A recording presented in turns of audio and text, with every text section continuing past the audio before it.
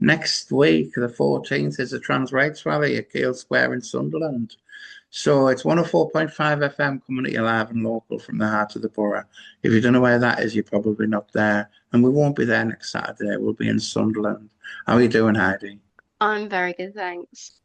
I'm good, thank you. How are you?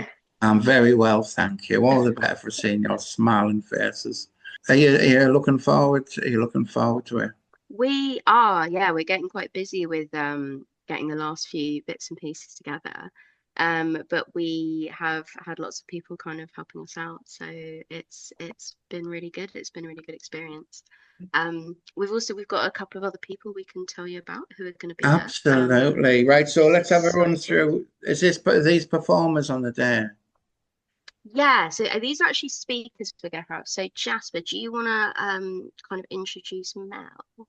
We're gonna be joined by Melissa Harker, who's a local Green Party activist in Gateshead and digital communications officer for the LGBT Greens. And she'll be essentially like talking to us about her experience of trying to get trans healthcare in Sunderland. And they're also talking about the Supreme Court ruling and a little about her own campaign in Gateshead. So maybe Absolutely. this person speaking, it might inspire other people to stand, for council. That's what's needed. I'm sure of it. You know.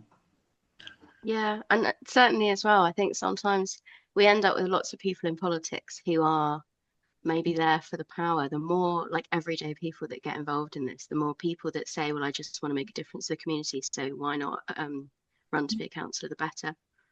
My idea is you shouldn't be able to stand to represent people unless you've got at least a decade's community work under your belt, in the voluntary I think that'd be sector. good. Yeah, so I'm very much looking forward to coming down. I was having a look at the parking there. We're still heading to the Bridges car park and make our way I over. think that's a good one, and anything where you can get through the bridges is going to be a good kind of pathway to it, just because it's going to be the Bridges shopping centre is basically the busiest place in Sunderland on a Saturday afternoon. So in terms of being around crowds, being able to kind of disappear if you need to, it's a great place to just feel like you're around a lot of people. Yeah, And like going from train station, everything you'd go through there. If you're looking for disabled parking specifically, I've had a look. The nearest one looks like it's outside the fire station, which is a kind of like a restaurant event venue. So if that's you, kind of look at the fire station's postcode to try and take you there. absolutely. And that's Yeah, fairly I far. delivered a speech at a pride breakfast at the fire station a few years ago, so it's quite accessible down that way Yeah, from what I remember. Yeah, yeah. I think it I'd is. like to thank you for taking the time and energy to actually put this on and given the run up in time because I'm sure it's helped people with organising their space and time to be able to attend. Because a lot of time these things are very knee jerk and they're maybe not as well as attended as they could be. So I think there's no excuse, for people who want to be there. There's plenty of opportunity. I understand some people have been in touch with you who want to speak on the day. They And have, yeah. and like one of my dear friends is one of those people. I think I'll be bringing them up in the car as well. But I think it's important that some people, when they get up there, they may feel moved to speak. So like we'll have our list of people who we know we've got there lined up. And I think if once we get through the list, I think people who maybe like are moved to speak, I'll maybe have some numbered pieces of paper that we can hand to them just to keep them in a bit of order, sort of thing. And like, because I think being able to speak your truth, that could be the gateway for somebody actually finding their voice. Yeah, we would encourage anyone as well. We still have a couple of slots. So if you're hearing this and you want to get in touch, please do. If we have got time, then we can kind of put it out to other people to kind of approach and say what they have to Yeah, say as well.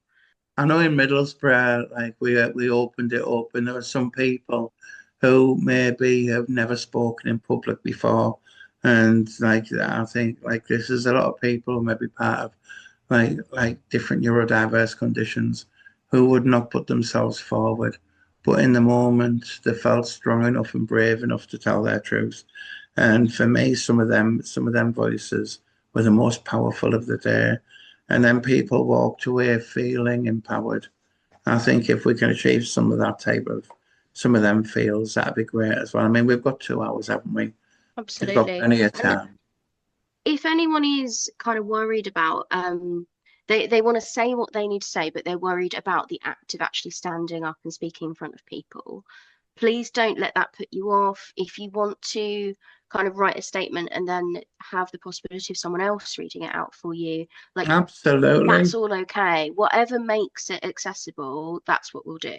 That's a great So idea. That, I don't mind reading out people's statements. I'm sure yourself or Jasper or anyone exactly. else around there on the day would be able to be that voice. Repeat your email address, Heidi, just in case if anybody does want to put something down and email it to you. It's transrightsunderland@gmail.com, all one word. Awesome. Right, so it's Saturday the 14th, so that's next Saturday. That's next Saturday, yeah, and it's 1 until 3 in the afternoon. And in terms of speakers, we've also got another person I just wanted to give a mention to. So Reverend Canon Claire McLaren, who's the Canon Provost of Sunderland Minster, is going to come and speak a little bit as well. Claire is an ally and an advocate, and actually reached out to her after hearing from some local trans people describe how great it is that the Sunderland Minster is really inclusive to the LGBT plus community. I think reconciling religion and queer identity can be really difficult. Some groups can be very intolerant. Some sort of religious teachings are mischaracterized, weaponized against trans people by transphobic groups. But faith can be a hugely important thing. If it's important to you, it's so important that you get to connect with that. So I think it could be a real light in the darkness for people during a difficult journey. And it's really important that everyone has access to spaces that they need, access to religious community. So it's fantastic that Sunderland Minster are actually actively providing that they want to get involved. And they're a space that focuses on inclusion and advocacy. So she'll be speaking a bit about kind of what they do, the services they provide, and that everyone's welcome there, which, we're really pleased to have that in the community.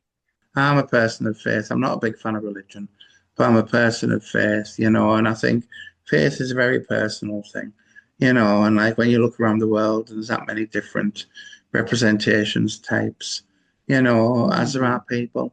So I just think like let people just be. And for me, it's all about just allowing people to be. It's so Absolutely. difficult right now. It's so difficult right now. So it's really important that we stand up and have our voice heard. Yeah, and the fact that I think there are these spaces around that people might not know about that are actually welcoming, and it's not always that easy to find them. There are people who will welcome anyone, sort of no matter who you are, who you want to be, and knowing more about those really puts the focus on inclusion rather than the potential kind of it feeling a bit scary going outside. Like there are places where everyone should feel safe. That's amazing. Is there anything that you want to add, Jasper? Just that if people are free, they should come, I guess. Yeah, no, I think it's really important to essentially be there for trans people, even if like the people listening themselves aren't trans, at this like time within the political climate. I think it's so important to have that visibility and support, I guess is how I would phrase it. And I mean, like, I'll be talking myself and a little bit more about how important this current time is, because I think it's such a critical point, and it, not to, like, I guess, scare anyone, but like, I think it's so important to kind of be vocal about support, especially when a lack of it can make it go the way that a lot of people don't want it to go. So I think we kind of need to be, well, like the rally that is the whole point of the rally, to kind of show support and essentially just have trans people know that there are people who do support them and are looking out for them within. Absolutely. You're absolutely right, Jasper. Because like trans people are marginalised, and like they follow disabled people, autistic people, old people, racism rears its ugly head. It's all there, you know. Anyway, I'm going to wish you well. I'm going to thank you for coming on the show the last 3 weeks now to bang the drum about this. And I've shared out last week's. I know I've been all over the place. I've shared out last week's interview on my socials today. So, fantastic. So anyway, give me a song without swear words to see us off on our way. Can I make a request? It's an unusual song. It's quite poppy. Have you heard of a band called Karuk? If I were a fish and you caught me, you'd say, That's the "Look at one, that yeah. fish, shimmering." And no, I don't know it. And I've checked. It's not got any swear words in. A lot of Karuk us do, doesn't but that one swear. doesn't.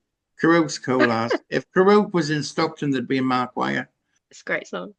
Right. Thank you. No, thank you very much. Okay, so you did it last week, Heidi. So Jasper, all that's left to do is say back to the studio. Back to the studio.